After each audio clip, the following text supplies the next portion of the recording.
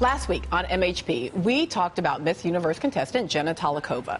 Jenna was originally disqualified from the Canadian portion of the contest because she is a trans woman.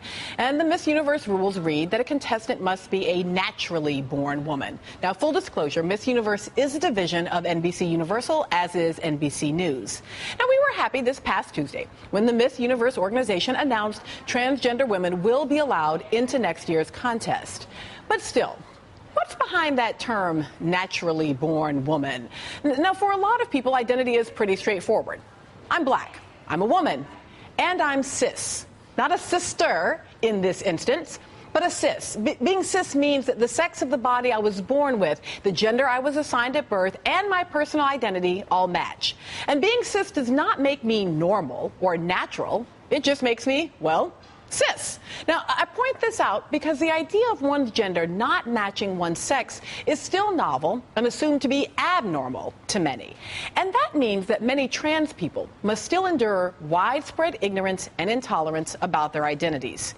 When we see transgender people like Chaz Bono or others in the media, we're often encouraged to see the spectacular, not the person. When President Obama named Amanda Simpson to the U.S. Commerce Department, she became the first openly transgendered presidential appointee. But she says this of being the first. Being the first sucks. I'd rather not be the first, but someone has to be the first or among the first, and I think I'm experienced and very well qualified to deal with anything that might show up because I've broken barriers at a lot of places, and I always win people over with who I am and what I can do. In a democracy, recognition matters. Asking someone to hide in a closet or live trapped in a body that doesn't match their identity is simply unfair. At the end of the day, everyone wants to be seen for who they are, not what other people assume them to be. And if we aren't willing to see someone for who they are, then it's impossible for them to enjoy the experience of being a full citizen. Joining me are Kate Bornstein, author of Queer and Pleasant Danger, which comes out next month. Mara Keisling, executive director of the National Center for Transgender Equality, and Mel Wymore, Democratic candidate for the New York City Council. I am so excited to have all of you here at my table. Thank you. Thank you for coming. Thrilled to be here. Yeah, very excited. Thanks. So let's start with the work of talking a little bit about why we continue to do so much labeling work when we are dealing with transgender issues and transgender politics. What is it about this notion of needing to label people? I think people strive to become identified because the world doesn't fit their picture of themselves. And so we invent labels as a way of organizing ourselves and distinguishing ourselves from each other. But I also feel like sometimes labels fractionalize us and limit us. And we are in a process now where gender is on a whole new frontier. And I think we're going to come to the next level where we're really talking about human rights beyond the labels and bringing us together on a much broader scale. Because we could hope that would be the place we were going. Yeah, I mean, we're all on a continuum, essentially, and the way the world's set up is we have these two boxes, this binary system. We get to choose one or the other, but you know that's not really the case. The reality is that we live on a continuum, and when we want to create communities that have everyone in them, then we're going to have to open the tent. It's as you talk about boxes, Kate, I teach your book, or at least one or two of your books, in some of my classes, and one of the challenges that my students often have when we are discussing your book is trying to have the conversation without using gendered pronouns. So as soon as, we'll have 35 students in class, and then folks start saying, well, how can I say Kate without saying she, or saying Z, or how do I do this? And it's literally like inculcated into our very linguistic, not just our politics and our society, but into our very language. Well, fortunately, in English, people are starting to use the singular form of they and them, and that's starting to help. But there are other languages. Yes. For a while, there were more arcane gender-free pronouns, Z and here, but they didn't sound like English. And in Russia, for example, Russian, you cannot get away with a gender-free pronoun. It doesn't work. So, Mara, talk to me a little bit about the activism work, because, what I worry about is too often when we start talking about transgendered life and the identity experiences, we don't we don't go to the political questions, to the human rights questions. We just want to talk about tell me your story, tell me your personal narrative. No, that's right. You know, transgender people are just ordinary people in most ways. But nature loves diversity, right? It's just sometimes people are all worked up about diversity, and people like to think about those people and us people. But transgender people are often us or those peopled. And we're just real people who need to work, need to raise our children, need to go to school. All of the things need to be in Miss Universe pageants, like right. You know, that's part it's of all Jenna's, part of it, part of Jenna's dream, not mine. Yep. But and there are a lot of political institutions that are set up for the us people.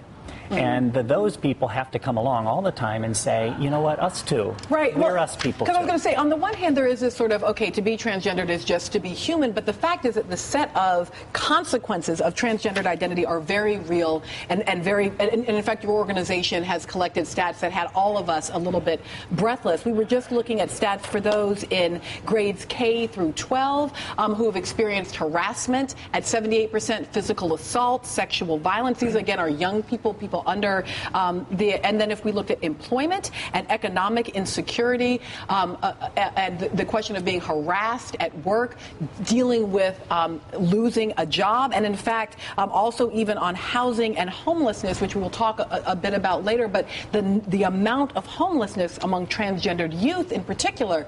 So on the one hand, it's we're all people, but the fact is the challenges facing transgender communities strike me as particularly egregious. Yeah, that's right. You know, the statistic from that survey that's really got people's attention, which I think really encapsulates the whole thing, is that 41% of the 6,500 trans people we studied had attempted suicide at some point in their life. That's more than twice the percentage of people with chronic diagnosed depression.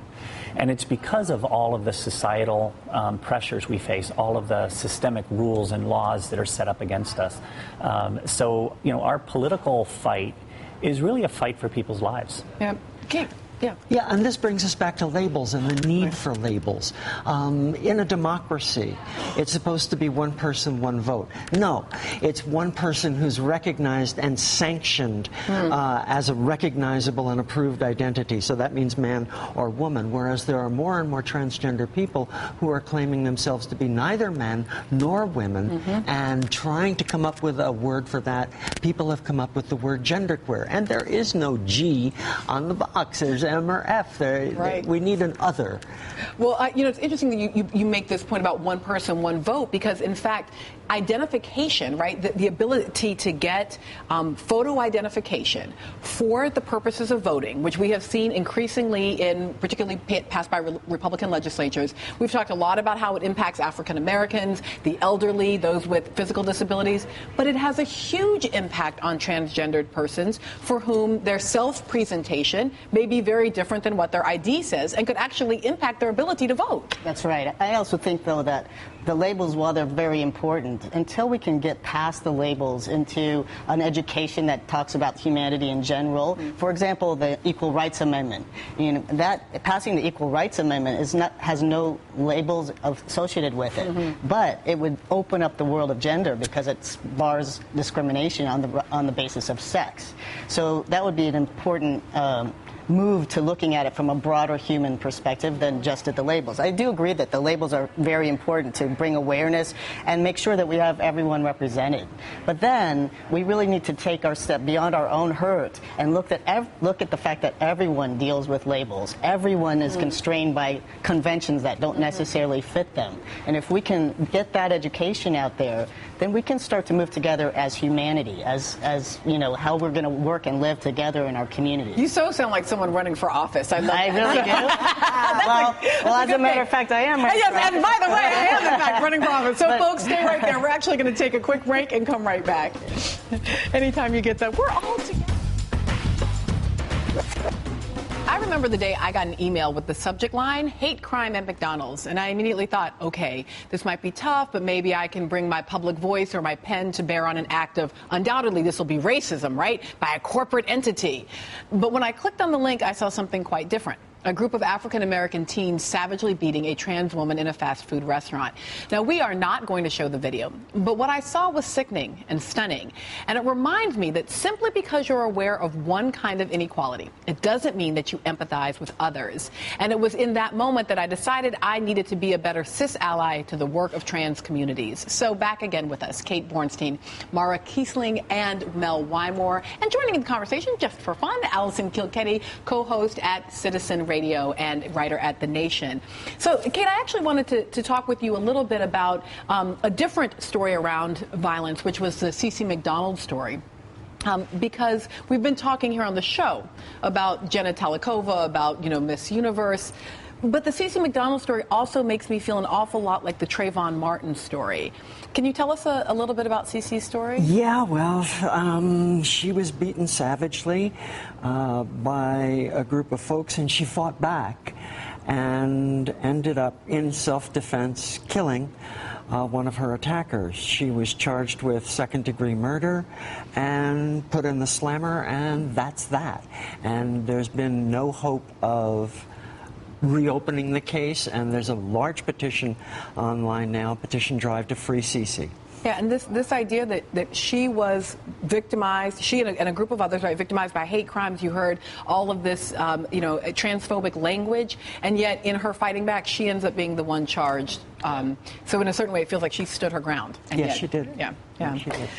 Mel, I joked before the break that you are running for office, right. But I wanted to talk a bit about that because there's nothing like running for office to create public scrutiny. That's right. So talk to me a little bit about the experience of that. It's been really an amazing experience to run for office because it is the case that when we create relationships and we are role models in our identities, whatever our identity is, then we can invite new people into that conversation. You just mentioned changing your advocacy beyond your own issue to other issues. And I think when we see other types of people that are marginalized or fractionalized or excluded from groups, and we see them, and we can build our empathy around that, then we have more people engaged in the conversation. And again, we start looking at the bigger picture rather than all the little fractions of people that are pitting themselves against each other in our society. I'm just wondering, when we you're need to get down to business. Right, really. right. But let me ask in part about the kind of the politics of building a big coalition, because you'll often hear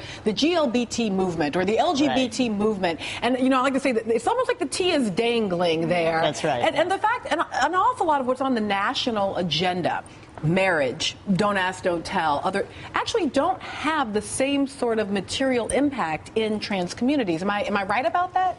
Well, I think almost everything on the gay agenda is in fact part of the transgender agenda. Don't ask, don't tell probably being one of the one real exception. Although trans people still are not allowed to serve in the military, so I do want to note that. But marriage is important to trans people. But we have a whole other range of issues around identification, documentation, access to health care in ways that are different than gay and bi people, and some other things. But we're really all in it together. Pause and talk to me a little bit about the other things, because part of what I notice in conversations is people don't often know when you say health care. What do you mean? When you say prison policy, I mean, we're talking about CeCe being imprisoned. I know that in the city of New Orleans right now, we're managing a case around a trans woman who was assigned to a male prisons similarly around. So talk to me a little bit about what those issues are. Well, I mean, just looking at prisons first, trans people just do often end up in jail because they're trans. CeCe McDonald's case, it's not entirely because she was trans, that's true, but that's actually exacerbated her predicament quite a bit. But people are, there is a walking while trans thing that we talk about, just like the walking while black. Right. It's a different thing, but we talk about that.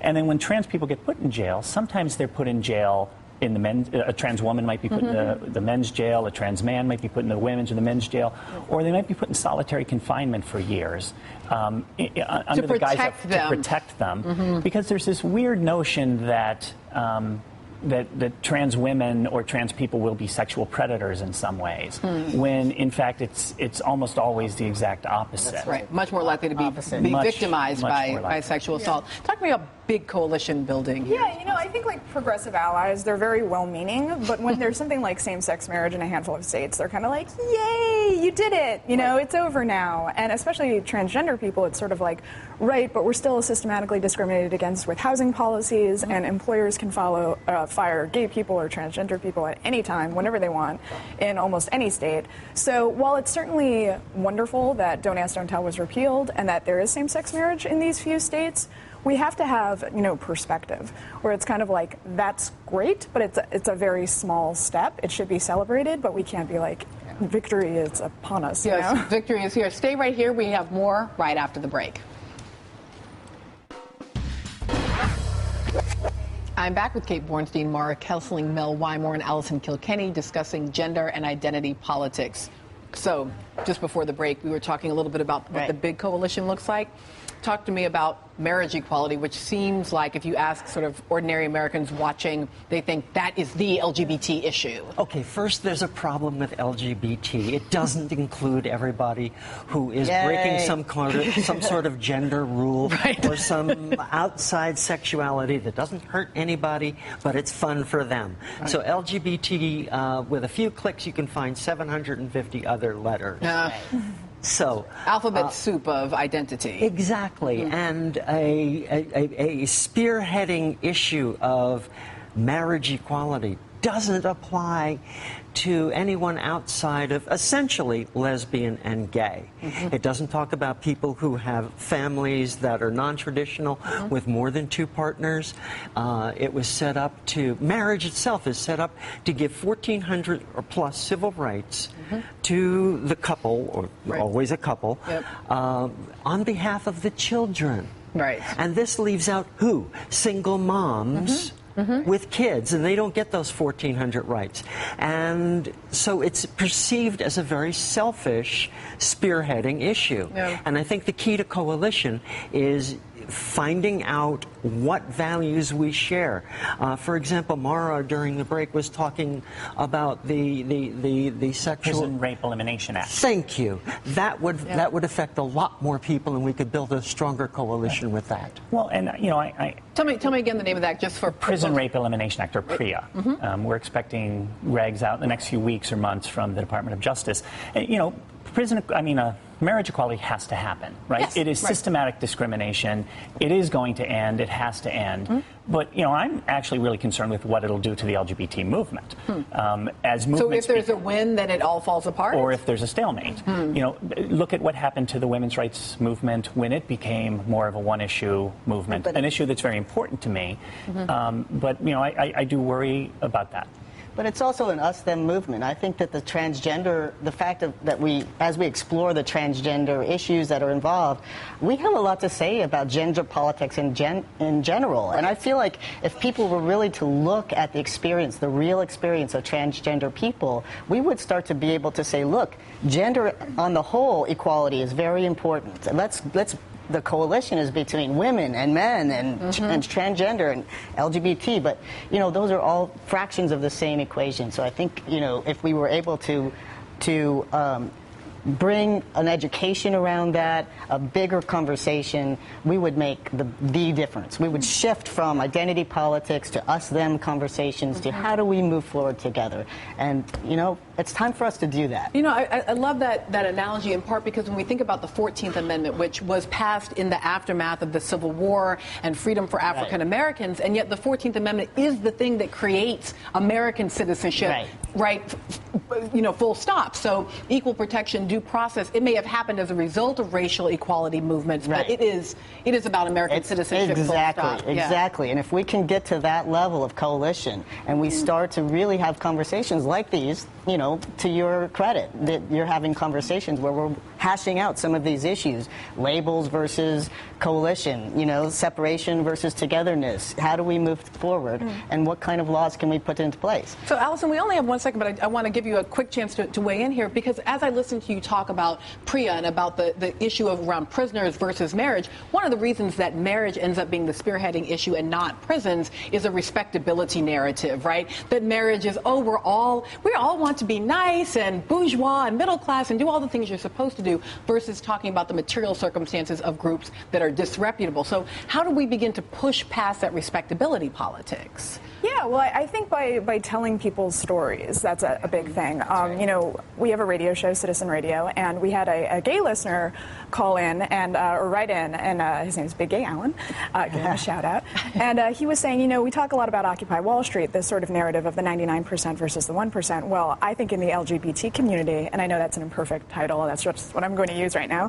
He was saying, I consider white gay men the 1%. Not to like say it's nefarious in any kind of way, like they're not plotting against the 99%, but it's sort of like who's represented in the media. Right. You know, I think when a lot of Americans think LGBT, the image that pops into their head is a white gay man. And a relatively affluent one. Right. And we need to change that. And the way you change that is by what you're doing right now, where it's like you have to show other stories, other perspectives, and that's just good journalism.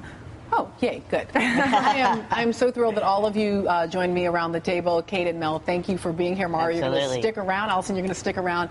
And we're going to talk about President Obama's new housing rule, which may be bigger than ending Don't Ask, Don't Tell. And that's after the break.